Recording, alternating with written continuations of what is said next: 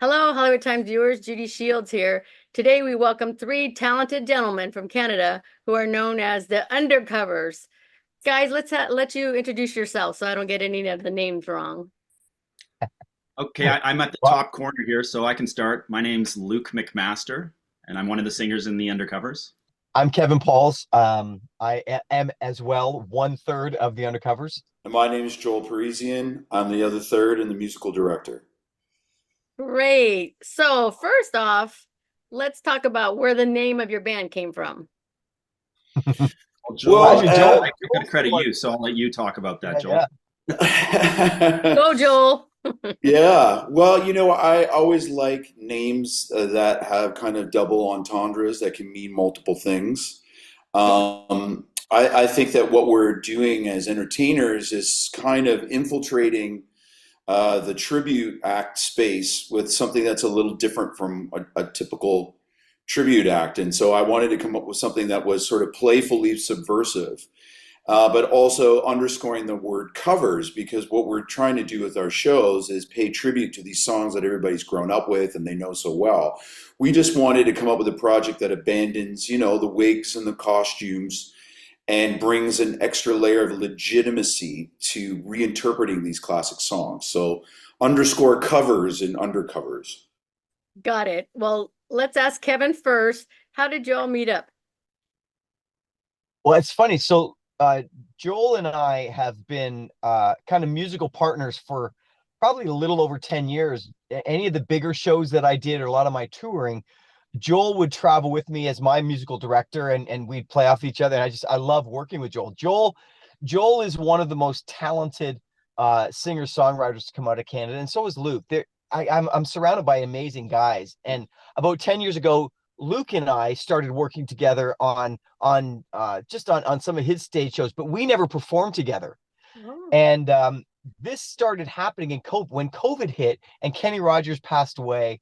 I started doing this idea of doing a Rogers and Richie show, and then Luke had this Smokey Robinson thing, and because we were all friends, we thought, there's got to be something that we can do together. So that's kind of what spurred on the finality of us doing something together. But we've been good friends and worked together for a little over 10 years. So Joel, Luke, you got anything to add to that? No, but I mean, I would just say that we've all had, I don't know if the word illustrious is the right word, but we've all had solo careers. Yeah. And I never personally really imagined bringing in other lead vocalists. I've always been the lead singer of every band I've been in since I was 15 years old. Wow. And I wish I would have done it a lot sooner. It's been just an absolute joy.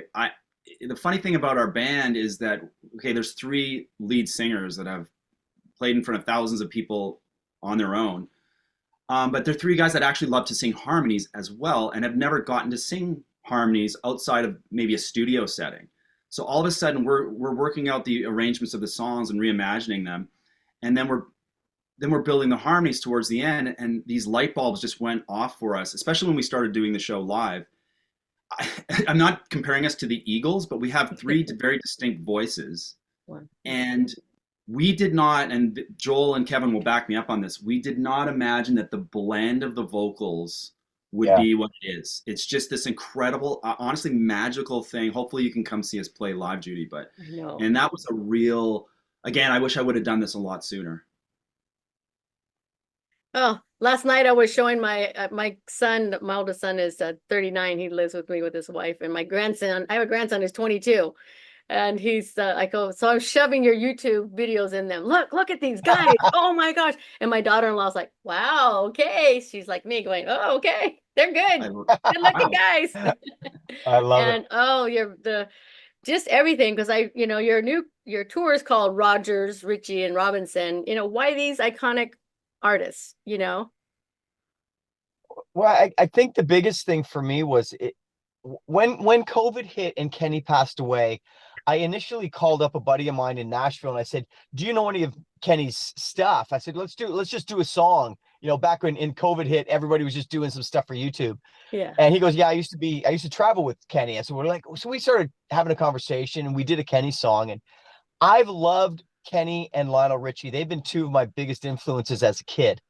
And together they made some of the best music I've ever heard. Kenny's best music was written and produced by Lionel, in my opinion. Yeah. And so I started playing with this idea of Rogers and Richie, and then we just kind of we Luke has an incredible album where he tributes Smokey Robinson, and the three of us just started chatting, and we realized we should be doing some of this together. And we realized the relationship between the three of them was really tight. They were all really good friends. There's so many moments that matter between the three of them. And so it just started, as the three of us started talking, it just seemed to make more sense.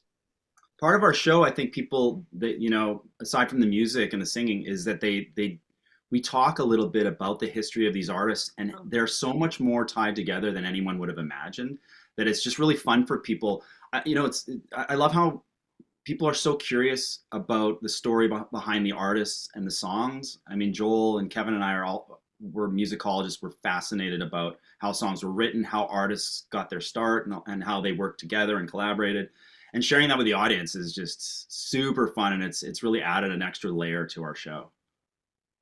Let's talk about the wigs and costumes. What's that all about? Come on, Joel. I want to hear from Joel.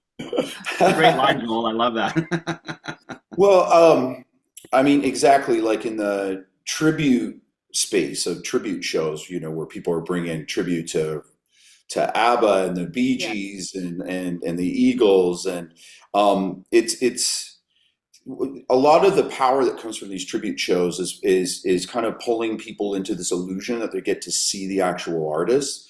Yeah. And so there's a lot of dressing up like the artists you're paying tribute to, of course, right? And it's like, whether it's a Beatles tribute or it's a Rod Stewart tribute, it is about putting on the wig, and it is about dressing in the way. I mean, Elvis. Elvis tributes were the beginning of this sort of tribute industry. And I kind of wanted to let those entertainers that are doing that thing keep doing that, because there's just such an industry behind tribute acts. But what I wanted to give us the opportunity to do was to pay tribute to the music without having to try to imitate the artists that we're doing, because I felt like we'd be really limited in the types of artists and material that we could cover. And I think that over a sort of generation of the tribute act space kind of not running its course by any means, but having kind of prepared audiences for that type of entertainment, I wanted to kind of step into that space in a new way and approach this material and kind of honor the material, and do it as ourselves without having to adopt a character. I mean, the songs are so incredible that they can work. Like, we do some stuff a cappella. We do some stuff just with an acoustic guitar and the three of us standing at the front of the stage, and people just absolutely love it. And it's more of a tribute to the songs than anything. Yeah, how great they are. Well, it allows us to actually interpret the songs and feel the songs the way we feel it, instead of feeling like we've got to be exactly what was originally done. We kind of allow people to hear the songs differently, and maybe hopefully fall in love with the songs all over again. So how did the three of you come up with the song choices? Because there's so many songs of these amazing, iconic artists. What does that take? It was not. There were some barroom brawls between the three of us. There's just so many great songs. It's a great problem to have. Yeah. And we'll bring, probably in future tours, we'll bring other songs that we haven't gotten to from these three artists, because there's just so many of them. But yeah, I mean, at the end of the day, Joel kind of had the final say. Joel's the one that's really producing the album. Like, as you know, we're working on an album. Yes. And Joel's a music director, and he has such an incredible just depth of experience, and when we're carving out a show and just producing the songs for the album, there's certain songs that we know, or Joel sensed, would work better with our voices in an iteration that live, all that kind of stuff. Yeah, just to put a bow on that, there are multiple right answers, and I've just always treated this edition of Rogers, Richie, and Robinson as a volume 1. Yeah. Good point. So when will we be expecting this album? Very shortly. We're putting the finishing touches on the production right now. So hopefully within the next 2 months, certainly by the fall of 2024. The great thing is that for everybody that's on digital music providers like Spotify and Apple Music, we do have a few songs that we've pre-released to kind of Okay. whet people's appetites. So if anybody goes on Spotify or anything, Amazon Music, and searches the Yeah. Undercovers, we have released 3 singles, kind of teaser singles that will be on the final album when it comes out. And Yeah. so I know one of them's Islands in the Stream. Who was the wonderful, talented woman that sang that? Wow. Yeah, Who was it? Selena's great. So her name is Selena Evangeline, and she's Oh, a musician that has been playing a lot around here, especially in Southern Ontario. And we've gotten to work with her a number of times, and she was just the right fit, and she sang it beautifully. She's an incredibly talented artist. what are the other 2 songs that are out for our viewers to look for? The single we released after Islands in the Stream was kind of a reimagining of Smokey Robinson's Shop Around. Oh, And then, since we had decided to take liberties with the kind of the material and kind of we started to feel confident enough that we could represent these songs to people in a new way. We did a version of Kenny Rogers' "The Gambler," and we wanted to imagine what that song would sound like at a sandals resort. So we gave it a tropical spin, actually. oh, And that there's brilliant a mind whole of story. Joel. There's a whole story behind the inspiration with that, but I think people probably, Joel, they probably have to come to the show to They hear. got to come to the show to hear that backstory. Okay, but it's Yeah, worth yeah, hearing. that's true. Yeah, Now, do you it guys is. play here in the States or just in Canada right now? We play a Mostly ton in the in U.S. Okay. Yeah, most of our touring right now is anywhere from Tennessee down to Florida, and I would say probably 75 to 80% of what we're doing is down in the Florida market. Okay. We're going to be playing at Franklin, Tennessee, in Oh, September, and then we're going to be in Florida most of that time. We'll do a little bit of a Christmas thing up here in Ontario, but oh, next year we'll even the Christmas will be down in Florida. So most of what we've done is really being embraced by Southern Florida and a lot of the gated communities and the theaters that are down there, the Key West Theater, oh, places in Claremont, and yes. there's so many wonderful places, and there's Mhm. so many people down there that grew up with this music that want to hear it again. And so it just makes sense for us to be down there and to play it down there. We That's a have great toured. group. We've been on the West Coast in Oregon where people loved it as well. We're kind of just getting started, and certainly open to playing anywhere or anytime for people that want to kind of take a walk down memory lane and, like we say, fall in love with the songs again, almost like it's for the first time because of the way we've reimagined them. Yes, we got to get you down here to the Hollywood Bowl. That's where we're Yes, I like and that. I think there's a few venues in LA if I remember. I'm Yes. sure there's somewhere. Just a Lots couple. of them down here. Orange County, San Diego, all over. Well, Palm Springs. We've been Oh yeah, talking Palm about. Springs is amazing. Yeah, we were there actually, or I was there not that long ago, and I got to actually play some golf with Smokey Robinson, believe it or not. And there's some great venues there that we were talking about doing a residency at. So Yeah. There you go. Will you tell Smokey to get you into the Hallmark movies? Because that's going to make a name for yourself if you'll get on Hallmark That's exactly movies. right. Exactly right. definitely. Said Smokey was on one. I was like, wow. I mean, it's full circle that Smokey was on a Hallmark movie. So Isn't that Yeah. the truth? That's a good idea, actually. We'll have to Right? write a movie wrapped around a band. Yes, and it would be so great to be you with your wigs and your costumes, and I can't wait to be part of that. So why don't each of you tell us how old you were when you discovered your voice and what was the first instrument that you played? Well, I'll Oh, start. goodness. I grew up in a very musical home. My father's a musician. My entire family is musical going back generations. So I don't remember a time where I wasn't singing or playing. Okay. There were always musical instruments in the home. And my dad being a professional musician means that I grew up around musicians from all around the world. So I've been singing since I was a toddler and playing piano. I'm self-taught. I did try to take music classes in school and just found the whole process too rigid. I was just a little too independent. And so I've kind of learned the slow way, by ear and by osmosis.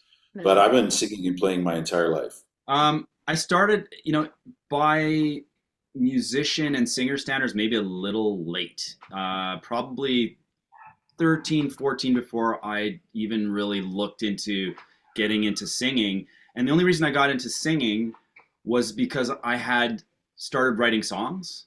I one night I had a dream, and a friend of mine was in the back of a pickup truck singing some song, and it triggered something in me. I woke up and I had a tape recorder when there were still tapes, put the melody down, and then wrote the song. And it just triggered something for me.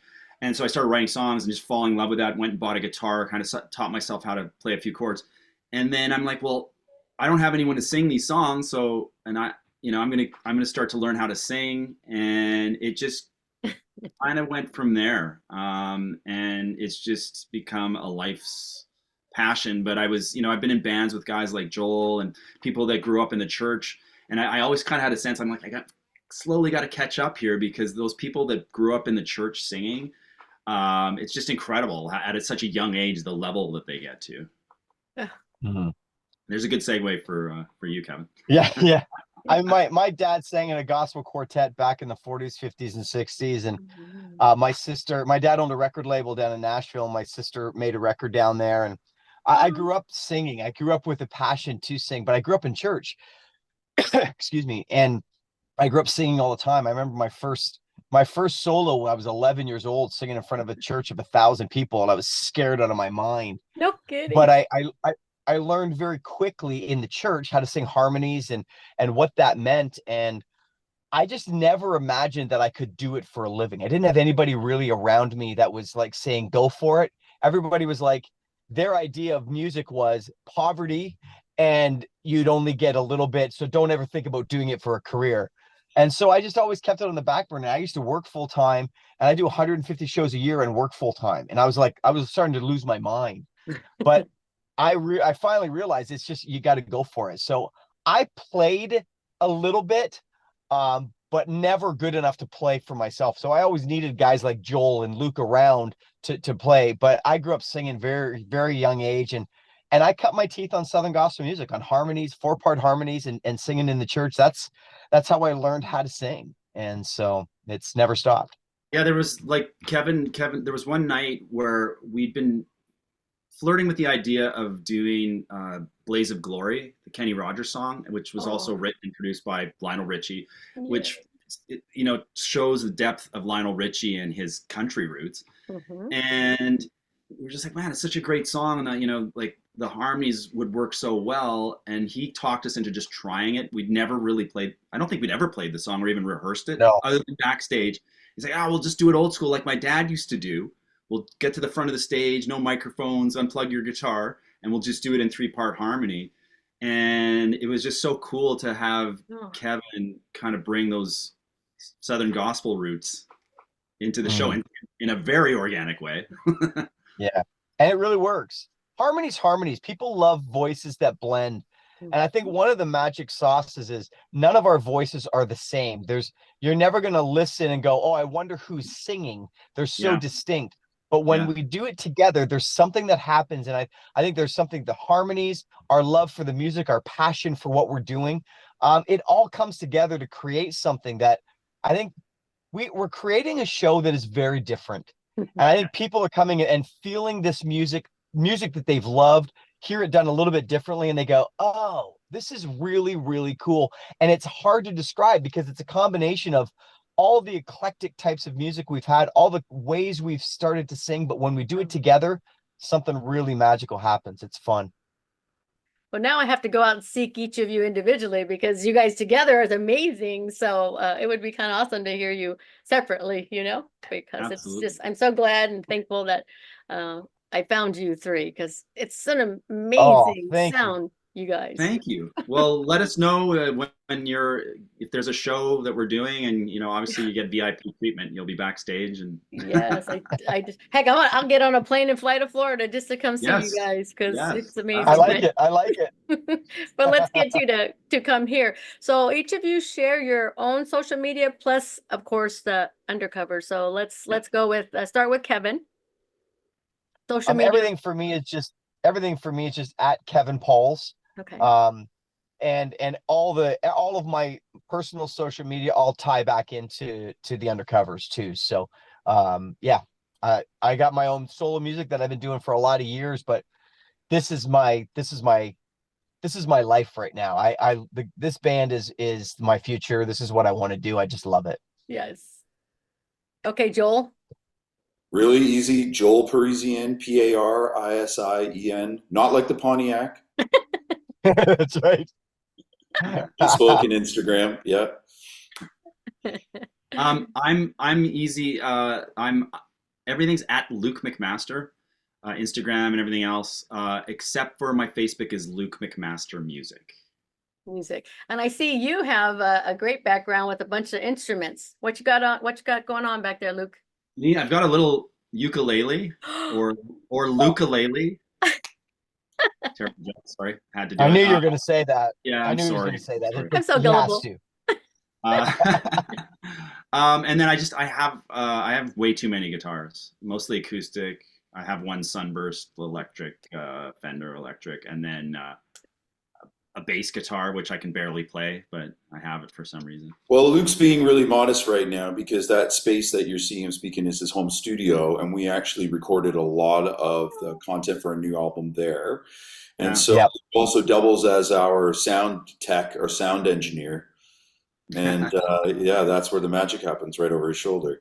Yeah, absolutely. And I like Joel because he's got water. Look at that. I mean, it's the most important that's thing. right. He's got a water. It's a significant. Yeah. So, that's what he needs to keep going. And then Kevin, Yeah. he's in his car and he said that he must be the most wonderful dad because he was telling me a story off camera that he had to go help his son hold a ladder while he was painting. I'm like, what a dad. Pull over so he can have an interview with the Hollywood Times. Exactly. I will. He luckily is not painting on the ladder right at the moment. I didn't want him to. He was not that much of a daredevil.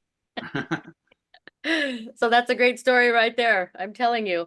So let's talk about your new debut album that's coming out right now. Yeah. Joel, do you want to kick that off, being the kind Yes. of producer? Sure. Yeah. So the album is going to be a companion album to go along with the show. Okay. So it's called Rogers, Richie, and Robinson Reimagined, and we're going to feature the highlights of our show. And so we're kind of spreading the credit around evenly. We're doing some songs by Smokey, some songs by Kenny, some songs by Lionel. It's not a coincidence that the songs that we've picked by Kenny Rogers, Lionel has his fingerprints all over. A lot of people don't know that this kind of story, the backstory behind Lionel's partnership with Kenny is a big part of the story that we told in the show. So we picked those songs, and the versions of these songs are very minimal and refined, kind of stripped back. We're bringing a style to these songs that's very acoustic and kind of unplugged and deconstructed. So we're not doing versions of these songs that sound like the original. We wanted to avoid anything that kind of felt like karaoke. Yeah. And that is a real reflection of what we do with these songs live, is that we actually strip them down and make them about the vocals. And so we want to make sure that if anybody takes home a copy of the CD after the show, or they buy one online, or they stream it, that it feels exactly like the experience they got when they came to their performance. I was hoping you were going to say CDs. A lot of people don't even know what those are, but I just bought a 2018 Ford Edge, and I bought that year because it still had a CD player. I have to have my Exactly. CD. I'm going to We die love with that people car. like you. We love people like you. Yes. So I expect my autographed CD from you boys when it comes out. You got I it, love it. Judy. Yes. Yeah, CDs are still a Oh, I huge love market for them. CDs. Yeah. Yes. It's like there's no sound other than live, but that's the next best thing. Absolutely. Yeah, it is. So that's great. Do you guys do meet and greets at your concerts? Do you have time for that, or are you able Yes, to do it? we just did a couple shows here in Ontario for part of a music. It's called Music Niagara Festival. It's a big Okay, festival, different wineries and stuff. And we did a cool. VIP and was so much fun. And we are actually got to talk to these two guys about some VIP opportunities that are coming up. But I think it's something that we're going to incorporate for sure because people love to chat about their own memories of these artists. And as they get to know us as well, it's just a good opportunity. And the better that we can kind of get to know people and connect with people, it's always a good thing. Yes, as a fan of all kinds of music, I love the meet and greets because it's just, Yeah. it helps us as fans because, we want to support you. And it is, we always want to tell something that touched us. There's something that we're going to listen to your Yep. music and it's going to move us somehow. And we Yeah. just, who better to share it with than the talent like you who bring it to us, right? Yeah, Well, and absolutely. to your earlier point, Judy, you said, how do you pick the songs? Because I mean, with these artists, the repertoire is so vast, their catalogs are so Yes. big, and we like to get feedback from the audience because as we move forward, we may be reintroducing new songs into the show, and we are informally kind of polling our audiences, and we get that opportunity to do that and get feedback from our audience when we meet and greet with people. Yeah. So, who's working on the design cover of the CD? Well, We have a yeah. well, we've all got ideas as what we're going to do, and I think we've all come to a conclusion now where we've got a graphic designer that will put all of our ideas together. But we had a great photo shoot that we did earlier, like about 3 or 4 months ago, and the CD cover was part of that idea where we kind of knew what we wanted, and so we've got some pretty cool photos that we're really happy Cool. with that I think I think you'll enjoy the front cover. It's kind of fun. Yeah. Awesome. Sounds good. So I want each one of you to tell me something funny that we would not know about each of your singing partners there. Like we got to tell something about the other person. Yes. So Luke, you're going to say something about Kevin and Joel and vice versa. Uh-oh. Let's Uh-oh. list. We're going to tattle If now some funny either stuff. of them, if either of them eat anything at least 3 hours before the show, bad things happen. Good one, Luke. And I'm the opposite. You're not wrong.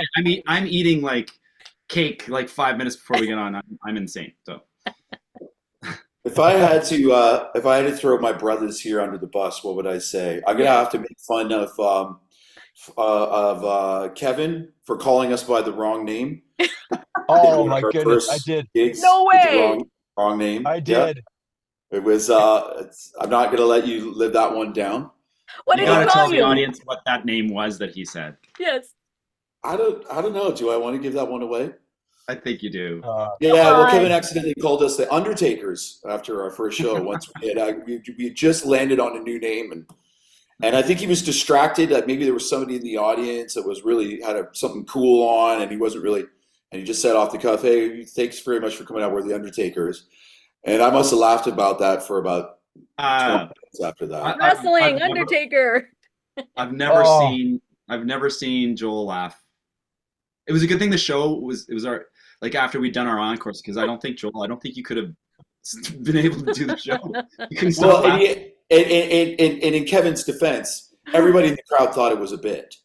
Everyone in the audience was convinced it was a bit. Like we were just having a laugh. And then if I had to tease Luke, I would say if there's anybody that I got to make sure I do a dummy check when we leave a venue and we're done for the night. Oh my If there's goodness. somebody I got to do a dummy check for, it's Luke. A dummy check is when you look back and see, okay, what have you left behind? Not calling Luke a dummy. It's just an expression. Go And ahead. if somebody's going to Dummy? leave behind an article of clothing, it's you. It's not if I left something, it's what I left. Oh, hey, Luke, It's that's what me. I leave and how everything many behind. I love that. Thank you, Joel, for sharing that because I'm a dummy then. Yeah. Luke, you and I are dummies. Yeah. I love it. Oh, see what you learned Well, from sharing? When Joel always was my musical director for a lot of my big shows, and I had a big show that we did up here at Christmas time every year. And when Joel would play for me, I had him always wear a hat, not a baseball hat, but he had all of these really, really cool hats that only he could pull off. And there was people that wouldn't remember his name. All they would know is the guy with the hat going to be playing? That's all they cared about. So we've always had Joel in hats. This is the first time I've been on a show where Joel is not wearing a hat, and people go, well, who's playing with you? I go, it's the hat guy. They go, oh, the hat guy. Yeah, Joel. So Joel is like, nobody can pull off a hat like Joel can. He's always wearing cool hats. Yeah. And Luke for me was always the vest guy. Luke always, and you don't have a vest on this one, which is a little awkward for me, but Yeah. the clothes always seem to make, they had a way of linking them to a certain way. Joel was hat, and to me, Luke was always the vest guy. Well, that's funny because we know Kevin is gospel, so I know we all believe in God. So, but did he fib? Because you don't have a vest on and you don't have a hat on. Come on, Kevin. They've changed since we've gotten together as a group. Now those things no longer work. Well, Joel wears a vest now, so maybe he's kind of taking And that. no hat. It's so mad. I don't even know what to do anymore. I'm so confused. Yeah. And Joel, I have to say it's a great stash. Oh my gosh, wonderful. It's I'm grooming it right now. It's You looking know, good. it's one of those things where it's like I'm graduating from just scruff to Okay. like I'm making a commitment to the mustache. Yeah, He's all in. When you guys are gonna come out to Arizona, they're gonna be like going, "Oh my God, look, there's Wyatt Earp, or there's whatever." You look like such a gunslinger with that mustache. Yeah. It's cool. Wyatt Earp. That's the goal. That's the look. I love it. Yeah. So what's the next concert you guys are gonna do from today? I think is it Nashville? Franklin Theater, I think, is our next show. That's a great Oh, theater. no, I what am I was talking just about? Sorry, we're We have doing we a couple. have a Yeah. private gig in Ottawa, and then we're playing the Perth Theater in Okay. Ontario. But September we are playing the Franklin Theater, which we're really stoked about. That's a great place. It Really is. looking forward to being there. Beautiful. Yeah. Yeah, I was just in Nashville in June, and I have a friend that lives in Franklin, so maybe I can get her and her husband to come up and see your show. Please. Oh And I'll yeah. talk to you Please guys spread the about that. word. Maybe I can get her some. She's a stay-at-home mom, so maybe I can get some tickets from you guys for her to go do a little article for us in Franklin about I your like that. tour there. Yes. Work Love out. it. Yeah, definitely let us know. Yes. So we're the HollywoodTimes.net. And actually, this interview is going to go up on our YouTube channel, Hollywood Times Official. So you guys can use that any way you want. You know, We love it. we appreciate you guys being on with us. You're amazing, talented on your own, and together you're out of this world. Wow, thank you so Thank much. you. You're too kind. And I can't wait to meet you guys in person one day. We're going to work on getting you out here to the Hollywood Bowl because they deserve you out here. It's gonna Oh, happen. Thank you. So We do love it. appreciate- Thank you so much, guys. All right, Thank you, have an Judy. awesome day.